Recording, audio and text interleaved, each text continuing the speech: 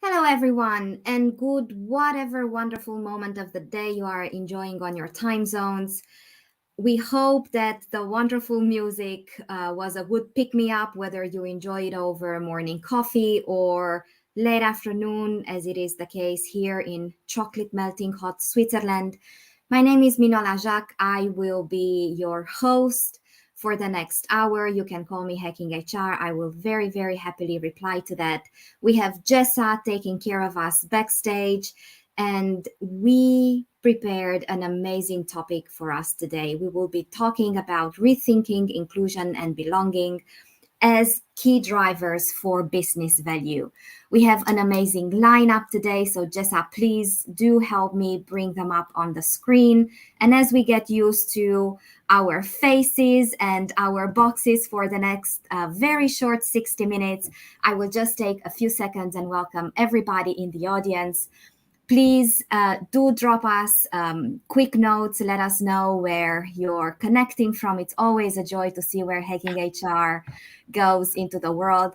And also, it's the embedded comfort that technology actually works. Also, huge encouragement. Please consider the chat your own space for conversation. Ask questions or just nurture your side conversations. We will keep a lens on the chat and bring highlights into our panel conversation. So enough with my blabathon for today. Let's make the best out of our time together. You are all old veterans of Hacking HR, so you know the drill. What I will do, I will pass the e-mic around as you appear on my screen clockwise. That means, Karima, you will go first. And Jen, I need to tell you that when it's easy to go last is the round of introductions. All the others are, LinkedIn Live unmuting competition open. The first round is very easy. So just surely introduce yourselves and let us know what exactly in this topic is so meaningful to you that you decided to take time and energy to be here today. So Garima, welcome. So good to see you. Likewise. Thank you, Manola, and thank you, Enrique, for having us again talking about some very important topics. My name is Garima Gupta. I'm based here in the Washington, D.C., Maryland area. I am currently working at an organization called World Central Kitchen and heading up their HR. I recently joined them. And to me, this topic is always relevant, and it is more relevant today because we've seen a lot of changes happening in the world, particularly here in the US, where there was a lot of momentum, and we are seeing some of that momentum slow down in certain places. We've had some legislative changes in some states, which is giving people pause. And for me, this topic remains relevant, and so happy to kind of talk with all of these peers that I have today and listen to their ideas as how do we keep it relevant in the minds of the people that are doing the work, in the minds of our executives who are making the decision, in the minds of, in the minds and hearts of all of the people that many of us working in HR remain dedicated to doing this work because it is always relevant. It will always be relevant. It is important. We as human beings, when we work together, the inclusion work is always relevant. Thank you, Garima. Dwayne, welcome. Good to have you with us today. Hello. Thank you. And it's very, very amazing to be here with all of you today. So good to see you all. My name is Dwayne Smith. I go by the pronouns he, him. I'm a director of diversity, equity, and inclusion for a large organization here in Canada nationally. And I'm coming from Toronto. Or I would just say Milton. It's a little town outside of Toronto, but everybody knows Toronto. You know what? This topic is so important to me because I feel like, DEI, inclusion and belonging specifically, has usually propped up in organizations through a reactive state. And I think now, like any other function of a business, it's evolving. But I still think there's a little bit of trepidation about how to create business around inclusion and belonging and do it from an authentic place. And I think as, we get to that tipping point, organizations need to understand that this is a business driver. Obviously, it's about people, like all businesses are. We can't survive without them. But there's an opportunity to really understand how to do it in a very integral way, but know that businesses will need to survive to keep a competitive edge by increasing their inclusion and belonging. So I'm really excited to be a part of this topic and this conversation today. Thank you. Alisa, welcome. Manola, thank you. And we were chair dancing in the background while the music was going. I hope you all were doing it with us. Garima, nice to meet you. My son is a culinary guy, so I love what you're doing. Dwayne, I have to say, I started with building the American Confidence Institute with a colleague who's based in Toronto, one of your neighbors, a lot of friends up there. So it's nice to meet a new friend as well. And I'll meet the others as they go too. But right then and there, just having a connection with people, I think it makes us all feel really good. And it's so easy to do. I started American Confidence Institute, like I said, 2015, and was pulled very quickly into employee resource groups as a keynote workshop driver, because I take everything with a brain science lens. And anyone who's out there, a neuro nerd like me, I'd love to hear in the chat, anyone who's into it, because I'm going to bring some brain science today. Because when you understand the importance of how it drives behavior, belonging, inclusion, and then turned it into something like an employee resource group, which we now have numbers of how it increases engagement, productivity, retention, acquisition. Anyone who hears those things can't deny that this is not just a nice to have thing that makes us feel good, chair dancing and otherwise, but actually makes our businesses more profitable. And when you don't do it well, the data also says that it can bring your business down. So there's a real reason to do it right. So thank you for having me today. Thank you so very much. Noel, good to see you. Welcome. Hi, thanks for having me. So excited to be here and meet everyone and hear the fantastic ideas. I know we are in the next 60 minutes. So my name is Noelle Peart. I'm the head of diversity, equity, inclusion at Exos. We're a coaching company that gets folks ready for the moments that matter. And I think that's part of what we're talking about today, right? When you think about inclusion and belonging and how that matters to people. And I think that's really important if you talk about how it drives business value, right? Like it's almost annoying a little bit that we're still having to talk about why, right? The importance of it. And I know for all of us in the work, like we cringe, like, oh, we're still here. But when we see, and as Alyssa talked about, right, the results, right, when it's done right, and we know the impact it has on organizations, that's why I'm really excited about this conversation, because when we see the value, tremendous things happen, right? Attraction rates go up, retention is at the highest level, engagement, oh my goodness, right? In companies, you see that through maybe different surveys or Great Place to Work or Pulse surveys, and that's how it's really important in terms of everything that we do. So I'm super excited because, again, I think this is the work that we're doing. And for all of us that are in it, we're like, oh, we got to just help people get past this, the why behind it. And I think this conversation today will really help that. Thank you so very much. And as I look on my screen, there's no other panel I'd rather fight the cringe with than with you people.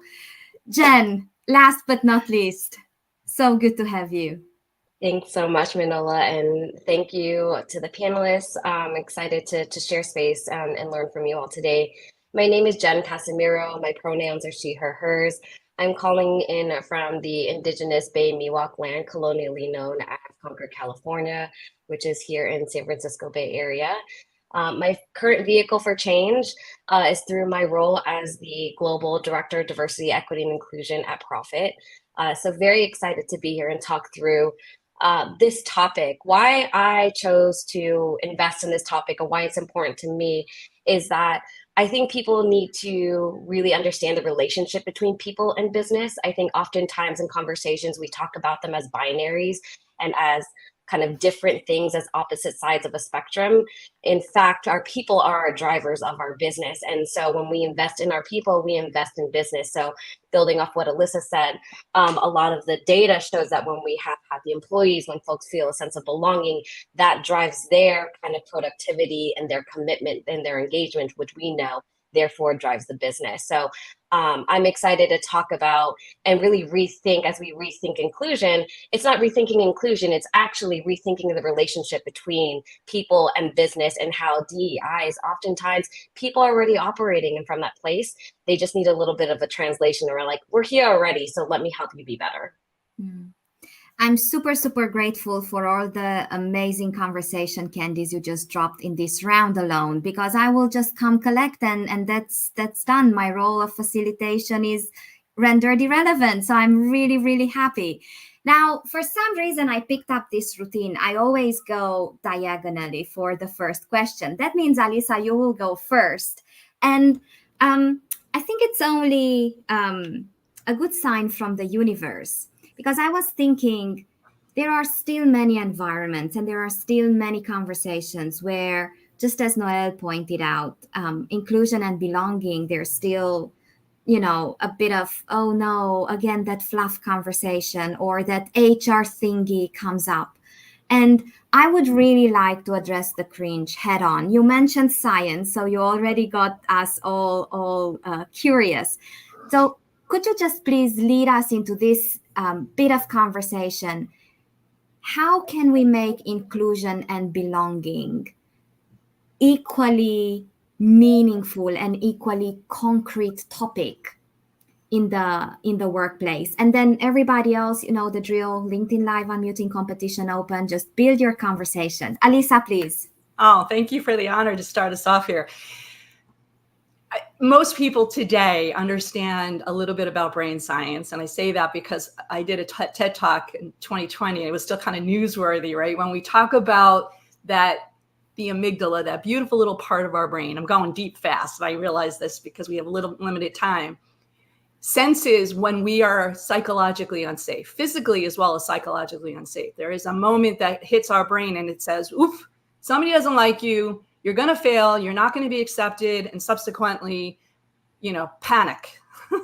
That is our usual reaction to that fear, right? So whether it is a work environment where somebody you think is judging you, or you're about to give a presentation or be on a panel, like any kind of moment that threatens your self of well-being, your ego, that sense of fear, and that fear hits the amygdala, you have an opportunity to do one of two things. All of us. We can either use that fear to freak out, and it goes right down into our brainstem, and we start to get maybe a little sweaty, our heartbeat gets a little faster, we might even hyperventilate a little, all those autonomic functions kick in. But more importantly, we are not in our thinking part of our brain. So we can't do our best work there. When we're in that sense of panic, freak out in our brainstem, we are in defensive mode. And defensive mode means we might either behave aggressively, get aggressive in that moment, or actually shrink down and hide, kind of not answer, stay in the background. If you think about a business environment, neither one of those behaviors is terribly productive. But as an alternative, when we sense that fear, we can actually put it back up into here and say, tell our brain, you know what, we can deal with this. It's not that scary. Let's be realistic. Let's get more data. Let's do something that's more rational. And that skill of taking a fear and putting it up in the brain, that's what we've taught for the last decade. Everyone can learn how to do that, but we don't teach it to people, number one. And number two, we go out of our way to make people freak out. We go out of our way to make them feel isolated, not belonging, weird, uncool. You can put all these different words on it. So when we're operating in our brainstem, again, we're irrational. When we're operating up here, we're rational, but that's where innovation, creativity, that's where our best thinking, our whole self, our self-actualization, if you're in any other Maslow lovers out there. So it's very fundamental brain science that says when you have psychological fear, when you feel like people don't like you or not going to accept you or think that you're an outsider, outlier, you can't think very well. So let's start with that fundamental fact, right? That's a scientific fact that we think better when we belong. The business stuff, yeah, the numbers all prove it. And I think some of my colleagues have those, so I'll let them take over from here. Thank you. Garima, I saw you unmuting. Yeah, I mean, Alyssa, thank you for sharing those details. Those are wonderful kind of tools to also add to our toolkit as we continue to have this discussion. As Noel said, that why are we still here? I fully agree with that sentiment. And another tool to kind of add to say, here's the data, here's the numbers, here's this, and here's science, right? If here's science to back us up, that this makes sense. I would also say that for me, as I've been on this journey of understanding DEI in the workplace and multiple organizations, I do believe I've come also to the conclusion of a big fan of, the nudge theory, which is that sometimes instead of explaining again and again and again the same thing, you need to just build it as part of your day-to-day work. You need to build it as part of how you operate. You build it as part of how you do reviews, how you do performance, how you reward people. So it's part of your values, right? Empathy, inclusion, number of these things. If you look at organizational values, a number of people have gotten these added. Now, what does that look like? If you don't have empathy for your fellow colleague, then which is part of the inclusion and the belonging toolkit, then how are you truly, imbibing the values of the organization? So for me, how do we take those small things where we take some of this out so that people don't have to apply to say, am I being inclusive? Am I not being inclusive? Am I doing this? But give them a really clear format to say, in order to be inclusive, here are the things that you need to do, right? And I think we've invested a lot. The tech industry and others have tried to invest a lot of money in doing hiring better, right? In bringing in people from more diverse backgrounds. So we've seen tiny bit of success over there. I think where we've seen organizations fail again and again is that they bring people from various backgrounds and then they don't know how to treat them well, right? So we have lots and lots of work to do in order to make people feel that sense of belonging and feel safe, feel psychologically safe, as Alyssa was saying, in the workplace, for them to feel I can do my best work here. I can be my best self here. And it is understanding for all of us who are in those decision-making seats in HR or wherever else we are making our process and policy, which touch people. How can we build it in a manner that we take some of this out? How do we bring some of that science and that data in so that we make it easy, right? Everybody is juggling a lot of things right now. People read the news and that makes them feel like, oh God, the world is on fire. How do we make it easier for them to do this, right? So that's one angle of it.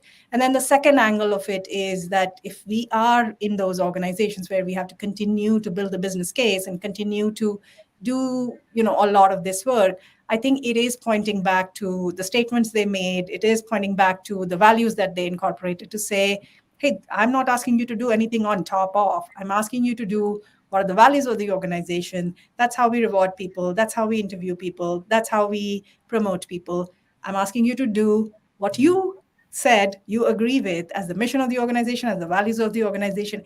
I'm just asking you to follow the path, nothing extra, nothing on top, right? So it is, the more we build it into the day-to-day, right? Like I had a big debate with my partner the other day, and he was saying, if you just believe that going to the gym 2 times a week is going to do this, it's not. You have to build it as part of your daily work, where as you are doing a very busy day, maybe you have something like, a stretch band, which you're stretching, or I don't know, some people have those treadmill thingies that they stand and walk on.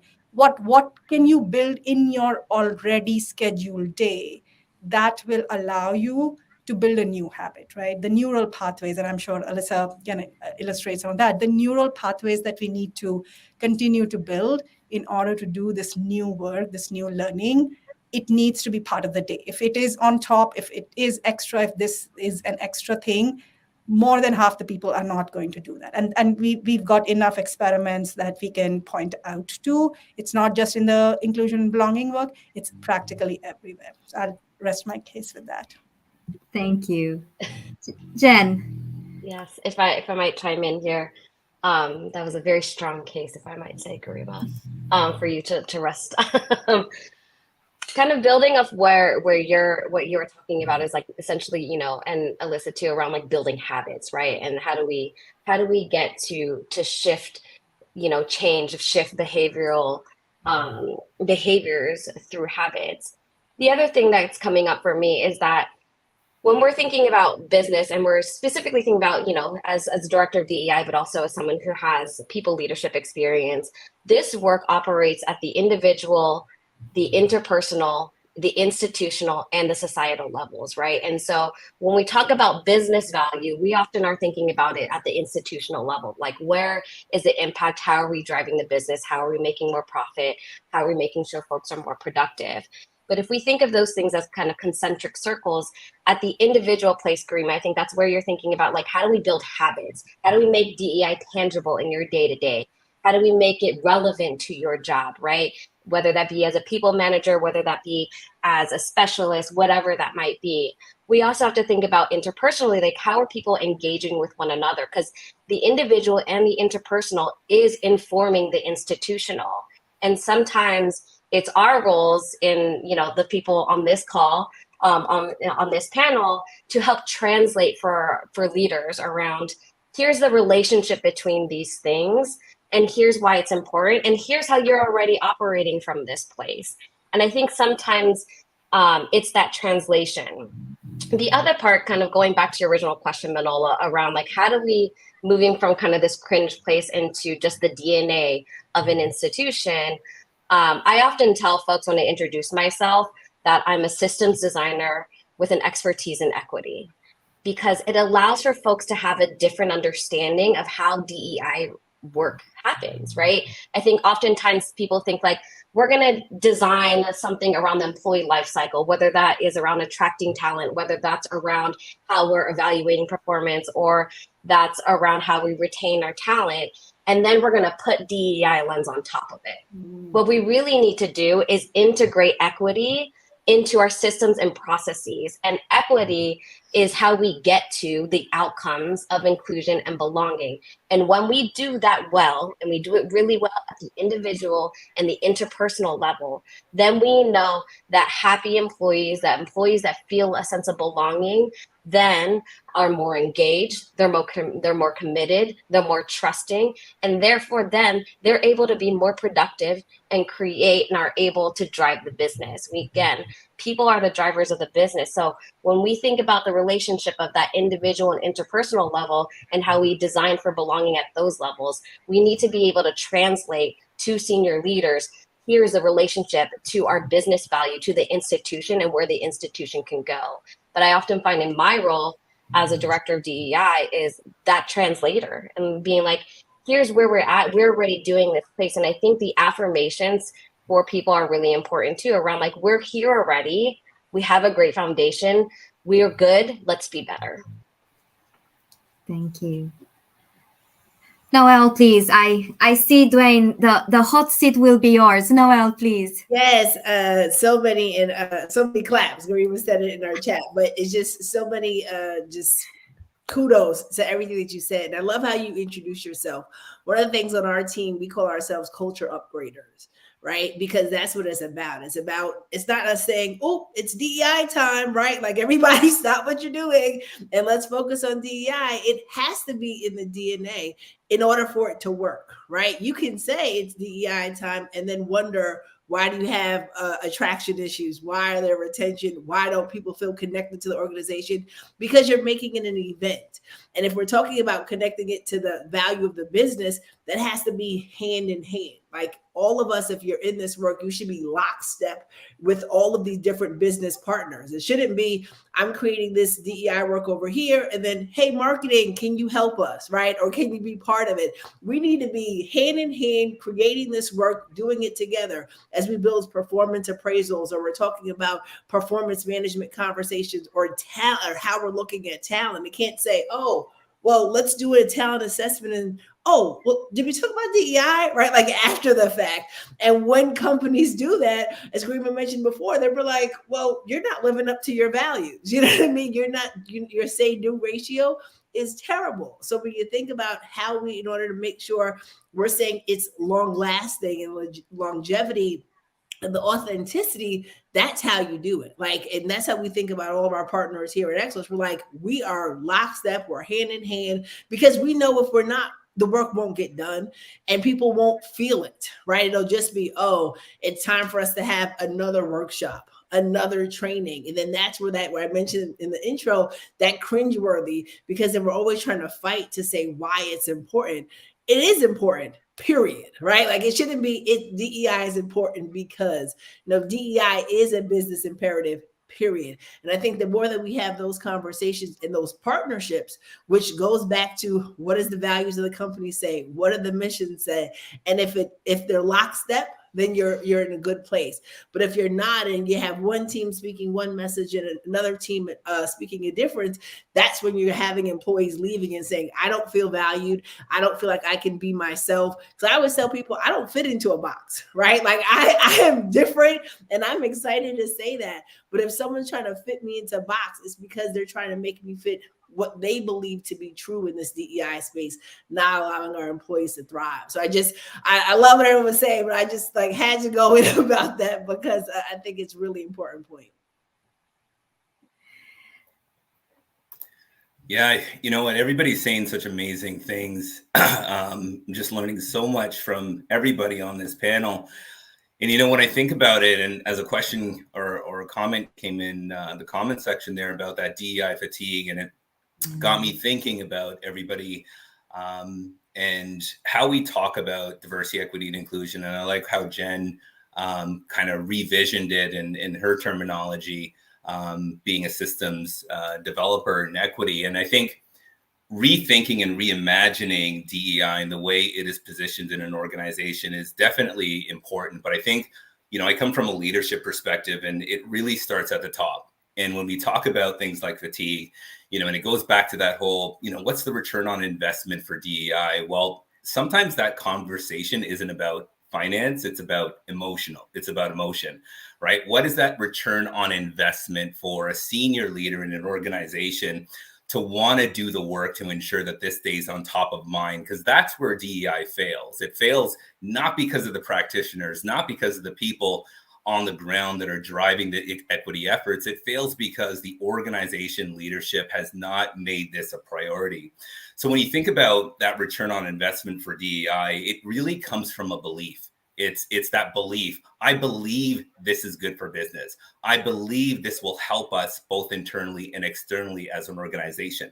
No more than you believe that paying $1 million for advertising is going to get you customers, right? We really don't know, right? But if you put out an ad, spend $1 million for an ad, it reaches, let's say, 1,000 people, and only 100 people actually purchase your product or service. That was a customer acquisition cost of $10,000, right?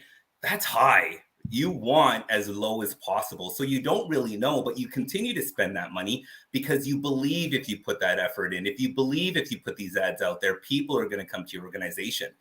Leaders have to have that same belief when it comes to diversity, equity, and inclusion. They have to believe if I have more diversity at the table, we're going to grow our market. We're going to be able to reach heights as an organization that we have not reached ever before. We're also going to be able to do it in a very authentic way. We're going to be able to really explore ESG in a way that matters to the communities that we operate in.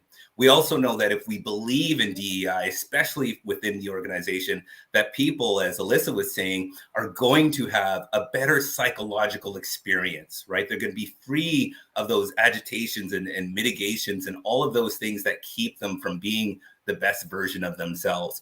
This is a belief, right? Like anything else in an organization, any department that you invested in the organization, you do it because you believe it's fundamentally good for business. So until we get our leaders at that senior most level believing that, and I think truly DEI practitioners should focus a lot of their time, a lot of their efforts, at least 30 to 40% of their week with senior leaders, helping them understand that business value around DEI and how it's important on all aspects of business.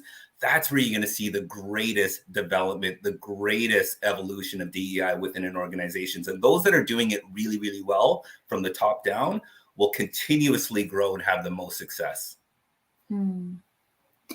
This is so wonderful. And I just took a quick look at the clock, and I couldn't believe that we're 2 minutes away from the middle of our conversation already. So yes, here's another proof that hacking HR hours are shorter than regular hours. I was so tempted to ask the next question around how can we more clearly or more visibly or more quantifiably link inclusion and belonging to ROI. But then I was like, there's something here that I would invite all of you to go a little bit deeper. And Jen, I would invite you to be the pioneer for the next round. And from a systems lens. I'm not sure what's the correct wording, but I will just say what I have in mind and we take it from there. What are some other prerequisites that we need to have in place in an organization to be able to rethink inclusion and belonging? We scratched a little bit values, processes, leadership, beliefs. How can we make this mindset and skill set more wholesome before we start to rethink inclusion and belonging? It's interesting because I think that the prerequisites to us really thinking about how do we make DEI sustainable within an institution and how do we rethink it, it's almost flipping into that. The prerequisites are already there if an institution is already thinking about values, if an institution is already, and in theory they should be, right?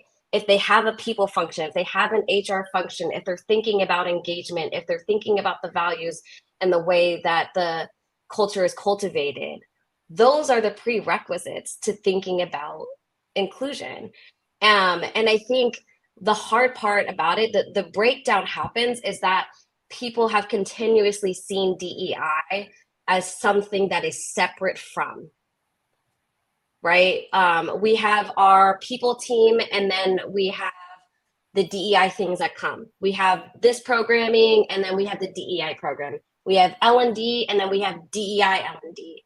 And I think what we need to realize is that it's all integrated, right? And that it is all in service of the institution and of the people of the institution. And so I think we have to kind of flip our framing of understanding DEI and how we work towards DEI and seeing that it is already part of the institution.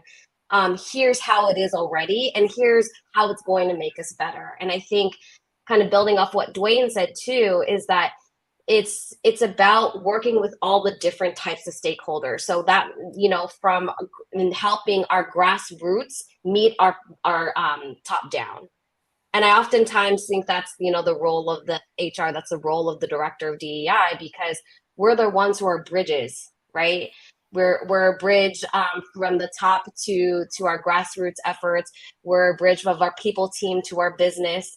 And so I think it's understanding it from that lens rather than continuously putting DEI as this thing that's over there in the corner. We have to understand, like, it's already here. And so how do we operate from that place? Because again, building on what Dwayne said, once we believe that it's already in our DNA, if we can activate that part though, that can make us better. And so when you frame it in that way too, it's like, why wouldn't we want to be better? You know, it kind of puts leaders in a position of around, if we could be better, shouldn't we be better? And so here are ways that, you know, that we're able to do that. I think the other piece about it is that we have to intentionally think about how we are organically making this a part of an institution. So I've seen in the chat a lot of things coming up around like authenticity, and how we're like cultivating culture. And I think it is really being about, in partnership, Noelle spoke about this, but around so much around DEI is change through influence. So depending on where you're at, where your positionality is in an institution, that will inform your decision making, right? And that change through decision making is one thing, but not oftentimes. I'll say, you know, historically in the roles that I've held, I'm changing through influence, and influence is built through relationships. And so it's about knowing your systems, knowing where the opportunity gaps are, and this is where the systems design comes into play. But I've gone on a rant now, but going back to your question, Manola, I really think that we have to flip the framing of DEI in that it's already part of institutions the same way that, you know, L&D and recruiting, like, it's here. We're here now. This is the place that we're at. And so here's how we move forward and how we can both serve our people and we'll continue to serve the business, no matter what industry that you're in. Now that's a tough act to follow. Let's see who grabs the e-mic. Quick Yeah. fingers. Yeah, Dwayne.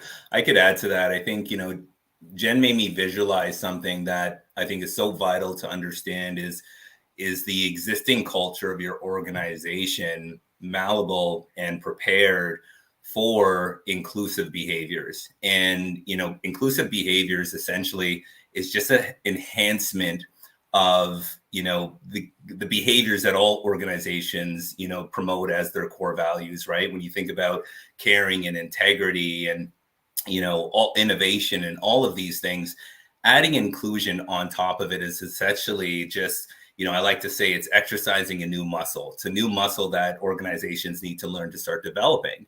And I think one of the challenges that a lot of organizations have with this is just due to the leadership team not being equipped. And, when we look at organizations, and many of them are ran by white, male, cisgender individuals, so there's naturally an inheritance of uncomfort when talking about diversity, because these are explorations that they're doing for the first time themselves. So as a business person, or just as a human being, period, if you woke up every day and you're able to do the things that naturally come to you every single day versus things that are unnatural that come to you, you're going to choose the things that are naturally coming to you. And if you've built success because of that, then you have a whole legacy of evidence to say, I've been successful. I'm here because of everything I've done up to this point. Now that transformation, you have to have somebody who is humble, who has that growth mindset, who has that ability to say, hey, I've come this far with my own skills, with my own merits, with my own, personal view and the way I see the world. However, for me to take this organization further, for me to take my people further, I now have to adapt this inclusive behavior. And if I have a DEI leader within my organization, I need to work with them closely, and I need to be open to understanding the areas that I don't understand. And that means I have to give up a little bit of trust, right? I got to give some trust to somebody who may not be in the same position as I am, who may not be at the same executive table as I am, et cetera. And that's why DEI practitioners need to have that close connection with senior leaders to really ensure that senior leaders are growing, because they're on their own journey as well, right? And I think what's important to understand in organizations is when we, if you think about the map of cultural competence, everybody starts, typically in that unawareness phase, right? So it's usually around denial or unawareness, et cetera. But that scale goes all the way up to integration, right? There's about 6 stages in the cultural competence. When organizations apply DEI, they're applying it from an integration process. They're saying, here's who we are, right? You have to remember, there's a lot of people in the organization that are not even there yet. So how do you get people from that unawareness phase all the way into integration? That takes some time. And that's where senior leaders have to have that resolve and have to have that humility to say, I don't know what I don't know. We bring in DEI because here's our culture. How do we map it together, right? Because you can't sprinkle seeds on solid soil. It just won't happen. So is the culture already prepared for this sort of culture enhancement? And then once that happens, it's how do we move people along that journey, but giving people that clear, vivid outcome of who we are, where we want to be, why is it important? And that message has to be consistently coming from the top down. So Anissa, I saw you almost jumping in a couple of times. Like, yes, in the back. So ERG Leadership Alliance, which is the organization I mentioned before, we have well over 25,000 organizations. We represent 41 million employees in those groups. And one of the things that we learned very fast was that we can train them to be superior leaders in the groups, but if the senior executives, the executive sponsors in particular, aren't there, what happens is their amygdala, the executive's amygdala, does the following. It either freaks them out so much that they don't understand diversity, pronouns, you name it. They're freaked out at everything that's diversity related, because everybody assumes that because they're senior, they should know everything. And they don't. And so they get really scared, and they either double down in micromanaging or they double down in ghosting. They don't answer anything because they don't know what to say. So what happens is we think that they're not connected, interested, or otherwise. And in reality is they just don't know. And here's where the gap is. We train every single week, several executive teams at Fortune 1000, all the way down to small groups. I did one myself on Friday. Big company, you all know who it is. I can't tell you who it is, sorry. But suffice to say, a brand at the C-suite, and every single person in that room admitted to me that they really didn't understand what was going on. They weren't equipped. And yet, and here's where I'm going to throw somebody under the bus, the diversity executive wasn't growth-minded, Dwayne. So he had a set of executives that were like, please teach me. And the diverse person's like, oh, they know everything. They know everything. And I kept saying, no, they don't. No, they don't. We've interviewed thousands. They don't know. This is new to them. It's new to the world. Why shouldn't an executive know more than anyone else in a space that's so new? So I think in everything you've said, yes, yes, yes, yes. But I think we also have to be very mindful that we have to be the advocates and educators for this in a way that's also compassionate with senior executives who are too scared, too risky to ask you to help them. But when we do, and you start to see that lift, it's great. There's another piece here that I can't leave untouched, and you both said it in your comments. But there is a sense of, is the organization willing to do this? And another unfortunate thing that we've seen some of this in the chat too, is that there are organizations, Dwayne, I loved you can't put seeds on dry earth. That's what it is, right? There are a lot of dry earth, unfortunate organizations out there. And so I don't have an answer, and maybe somebody else does, because we have a job board too as part of our organization. And we see people leaving organizations, DEI experts, these beautiful people who are going, you know what, I just can't shift that executive group, or I can't shift the culture. And so they go off and they find, and I don't know what the answer is to fix that, if we should be bothered by that, and should we focus on the soil that is prime screaming, give me more seeds? I don't know that answer, but I do know that that's a real problem in this industry too. So if you're listening and you're going, my executives will never get it, I wish I had a magic wand to hand you to kind of tap them, but that's a real issue. And if the executives aren't on board, again, we've seen great trainings at the group level, and people go, I'm not going to be in this diversity space if the senior exec doesn't understand what this is. Mm. Can I jump in real quick? I just listen. What you said I think is key. Unfortunately, there are people, right, like who are just saying, I'm throwing up my hands because the person won't get it. I'm trying everything I can. And I'll say one of the things that worked for me in my previous company, when we had some folks, and it wasn't because they didn't want to understand. I think they couldn't grasp, right? Like it wasn't real to them, right? You hear people use the analogy about like, oh, the person can pull themselves up from the bootstraps. And I'm like, well, what if they don't have boots, right? Like, because people use those phrases, right? And then when I started to get really personal, and I think this is what really started to help. And again, it's not going to be the answer for everyone. But when I personally started to share my story, here's how this personally affects me, right? Because I had that relationship with the executive, or I pulled in a teammate who can tell that story. Slowly, the light bulbs start coming on, right? Because they found a connection. They say, well, you know what? There's a lot of noise in the system, but I'm also invested in Noelle. So when Noelle is one-on-one with me and Noelle is telling me her story, I start to view it a little differently. So I may initially change my mind and I'm all ready to jump in right into the pool and DEI and swim and I'm already in, but I feel a little bit more comfortable. I'm okay with dipping my toe into the pool. I use that analogy about DEI. I'm comfortable with dipping my toe in because I'm invested in this person. And if Noelle is telling me when this happens, when this microaggression is used, or this situation pops up in the workplace and how it personally affected her and what it did to her productivity or her well-being, then the executive was like, oh, well, wait a second. I think there's a problem.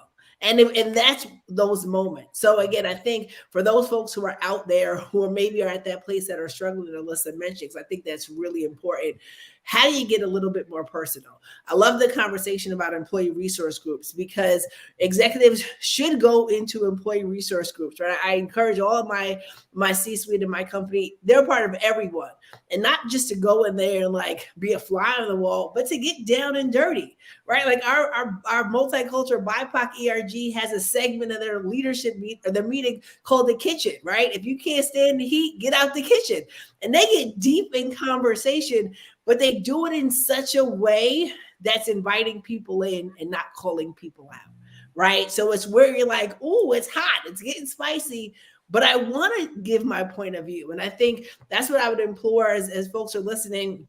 How do you get them, invite them to a meeting? Because some leaders are saying, I don't know what to do, or I don't know if I feel comfortable diving into a group that maybe I don't have an affinity to, right? Like you may have a male executive say, I don't know if I can join the women's group. Yes, you can, right? Like you can join to learn and ask questions and listen. But I think sometimes those invitations are needed because that person needs that little nudge and needs that push. So I would just say, hopefully some of that resonate with some people. Use your personal storytelling, have other people join in. So I think that really starts to make a difference. One person at a time. Eventually they all get in, but it's going to take some time. Love the heat there. Love the heat. Garima, please.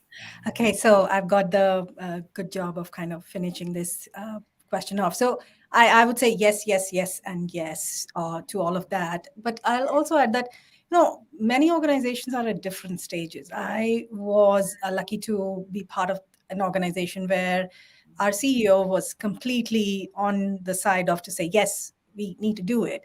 And he brought in the executive team to say, you need to do it. But the challenge was they still looked at the DEI person and said, tell me what to do, because I'm too afraid. If I make a mistake, they will cancel me. I don't want to be canceled. I need to know exactly what are the 3 things that I can do. And then I will get the tick box and my CEO will say, good job. And, we'll continue on. And the thing is that yes, Noel, I think good strategy is sometimes to bring them in with a personal story, or to kind of help them understand, okay, I even started them to say, okay, maybe these are the 3 things to start with that you can do. But again, it is going back to that matter, that how do we make this work, where it's not even separately to say this is DEI work.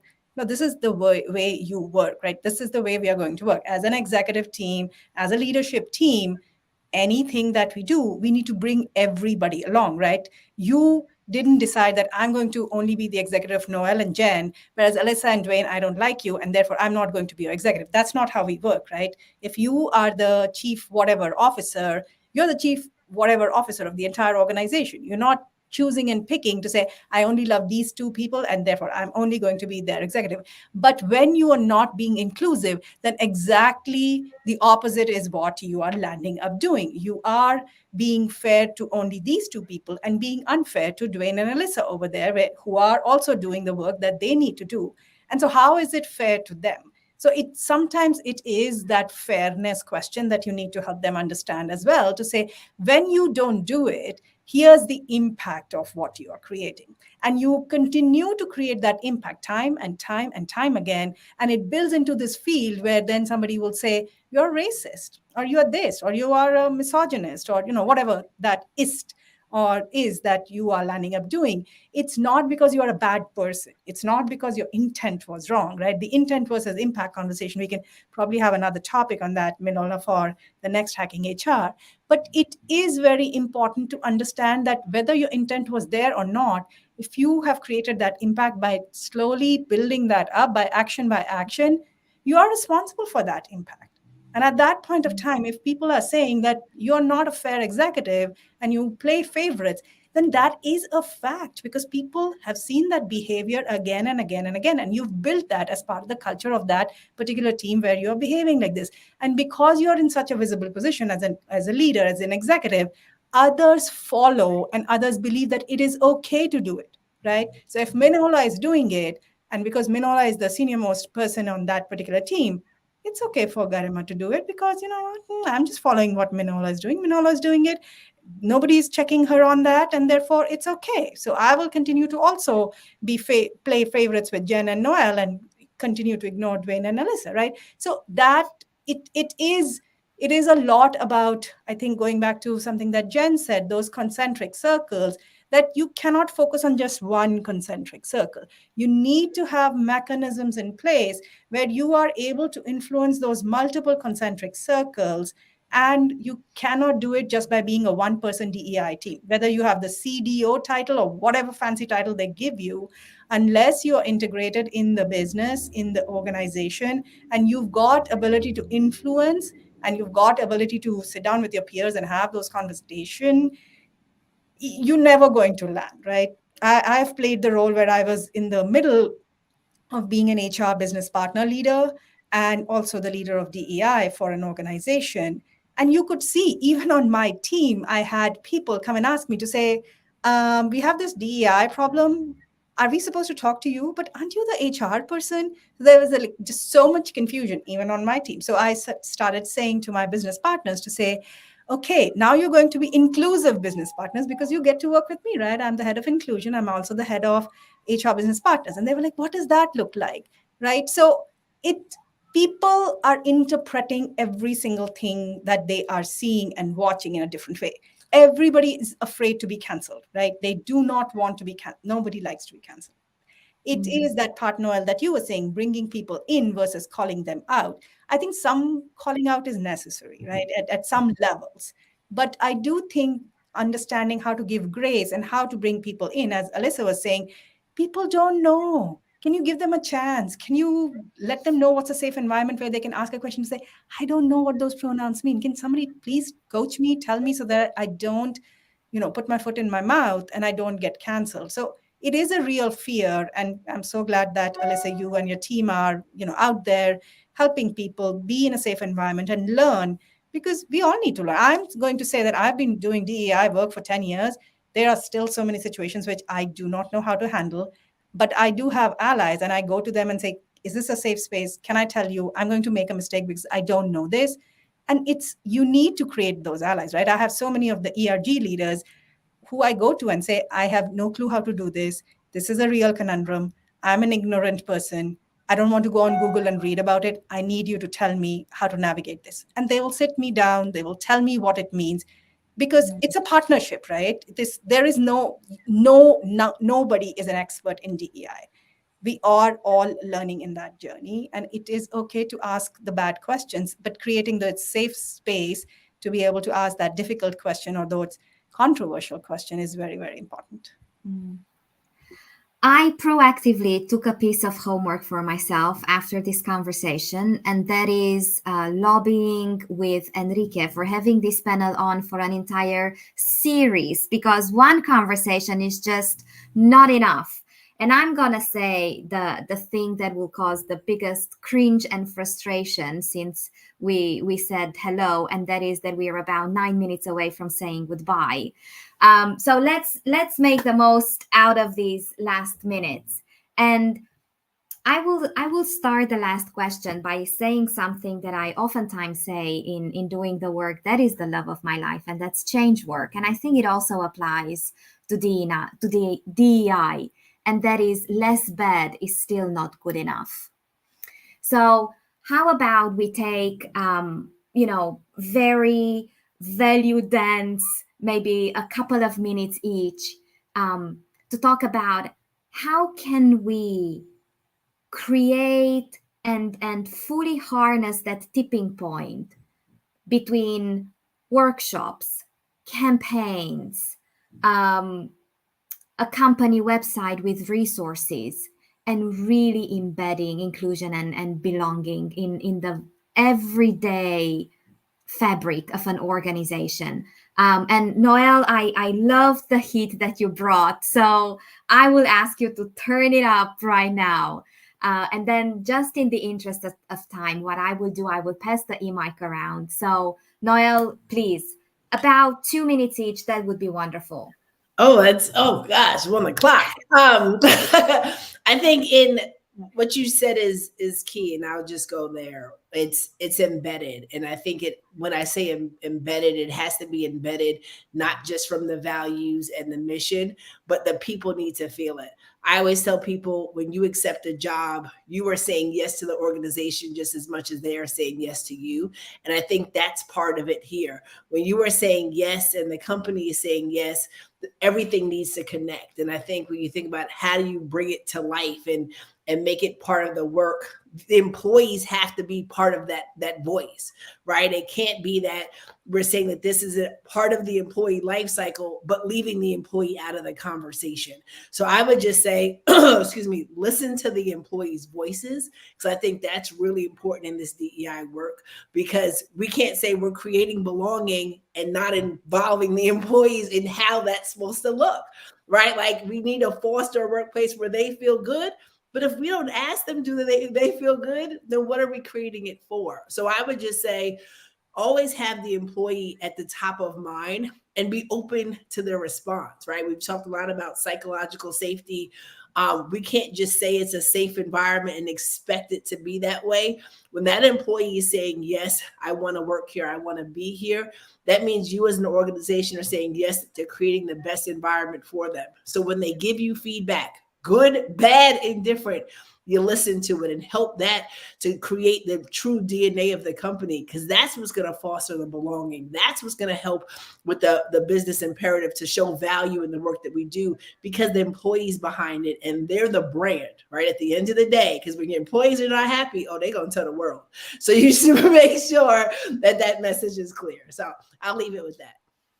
Thank you so very much. I do see a question in the chat. Yes, this is recorded, and you will get to see the recording of this session together with everything that happened before and all the future amazing conversation on hackinghrlab.io. So Jen, please.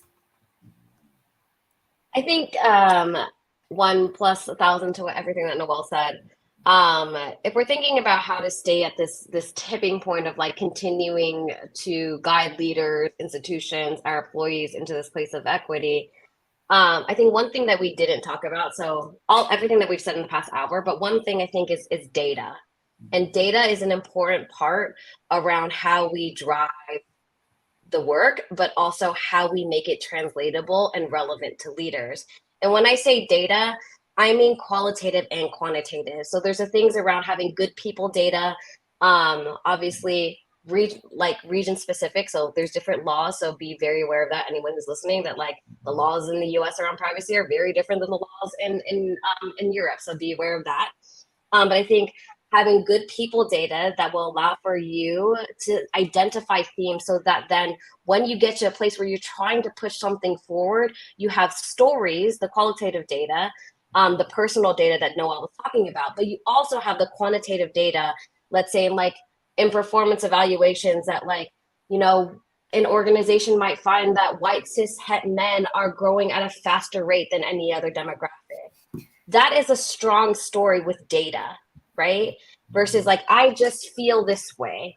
And I'm not saying that feelings are valid and emotions are such an integral and important part of this work, but where you can provide places and opportunities to show, here's the data behind it, this is where it also becomes more relevant and easier conversation for leadership. And it allows for that bridging to happen. So I think about data, think about storytelling, and think about data in the broadest way. So I think when I say data, a lot of people are like percentages and things like that, but I'm talking about, think about it about stories, personal stories, all of that. Thank you so very much. Karima. Yeah, again, a plus to Noelle and Jen. And I would also probably sound a little repetitive and say again that for me, the stickiness or the tipping point that we are talking about, I think you get to reach there when, again, this work is part of your everyday and not a separate body of work that you now need to do to say, I've done my day's work. Okay, now let me spend half an hour on DEI work, whether it's unconscious bias training, whether it's, I don't know, whatever that workshop, that list that you have to write. It is continuing to remind people that we're not asking you to do anything extra. We are all only making sure that everybody on your team feels safe to say what they need to say. Everybody on your team feels that they're getting an opportunity, whether they're getting the best opportunity or the least opportunity, but they are getting an opportunity. Like playing the field on an everyday basis if you are a leader or a manager. And there's a lot of argument to say, are only leaders supposed to be changing things? Are only leaders supposed to be doing this? No, I do believe everybody plays a role, right? And going back to that concentric circle thing, everybody has to play a role. But leaders, why they come up in conversations again and again and again, is because they have influence, they have power. When they make a decision, it impacts multiple layers of people, right? Especially those who are in senior leadership positions. So that is why them understanding the concepts, them understanding what's their role in it, them understanding what can they really do on a day-to-day basis becomes most important. It doesn't mean that we as individuals who are not in leadership roles don't have a role to play, because frontline leaders, I do think, impact the organization in multiple ways. And they understanding their role, I definitely would say, comes next, so that they can see how they can let their people know that what we want to do is we want to do the right thing by everybody, not right thing by two people, but right thing by every person who's there. And our jobs in DEI or HR or L&D or whatever that might be in the support function is to provide them with a toolkit, right? What are those toolkits? And the toolkits may be the data to say, here's how, here are all of the people who are on a performance improvement plan. Oh my God, 90% of them are Black, right? That says something to you. It can't be right. You need to go a layer deeper and investigate why are only, right? So when you have data points that come out like that, you need to take a pause and you need to investigate that what is happening. Why is that happening? And what do we need to do to not let it continue to happen, right? If only the people that are getting promoted are from a particular race or from a particular team, you got to say, is that team the only team that's contributing everything to the business or not really, right? So it is, our job is as evaluators of data to bring out the stories from the data, and therefore helping leaders to say, listen, we've got something going on. Here's the data I got from my team. It doesn't look right. I'm going to ask HR to investigate, and we are going to then sit together and develop a plan to resolve this, right? And we bring the DEI and the HR folks on the table to help solution some of those things. Thank you. Thank you so much. Alisa and then Dwayne. Well, be the change. Just be the change. And I try to almost do a live experiment role model in the beginning. I was saying the connections that we had as we were introducing, like, make people feel that they belong just by connecting with one at a time. At least somebody said before, said one-on-one. Be the change, do it. And don't wait for the executives or anybody else to be the leader. You do it. You be the person that makes people feel belonging in conclusion, and build the culture one person at a time. Wonderful. Thank you. Dwayne. Yeah, as everybody talked about, the data is so important. Understand that this is change management, and data is so crucial to really establish performance markers so people can see, the wins, the short wins, the growth, the progression. So that's so important. And as I mentioned before, just look at your company, your organizational values and core values, mission statements, etc., and tie DEI within that, because that will be an easier thing for your community to digest if it's already a part of the values that they've been responsible for living and creating within the organization. So find ways to make that connectivity so people don't feel it's that side table thing. And, the last thing I'd say is understand that it's a journey. Be compassionate for yourself and for others as well. This is very, very challenging work. So that compassion for yourself is so important. Take care of yourself and ensure that you're extending that compassion to others. And if you're a leader who is trying to adjust to DEI, understand that, we judge ourselves by our intention while other people judge us by our impact. So that intention, always gets trumped by impact in those situations. So have humility to understand that.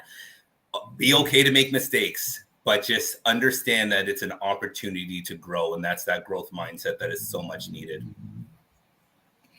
Thank you all so very much. Thank you to everybody in the audience, whether now live or later on as you find the recording and rewatch it, or you just happen to stumble upon it. Thank you, Garima, Dwayne, Alisa, Noel, and Jen. It was an amazing hour, just way, way too short.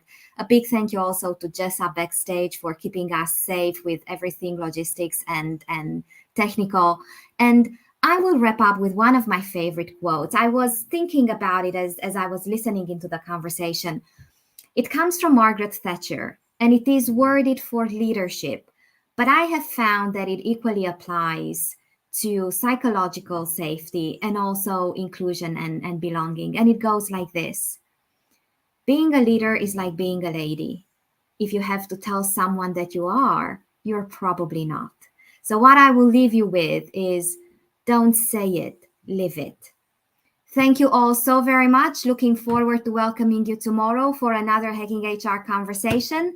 Until then, just enjoy everything and thank you for stopping by. Thank you, everybody.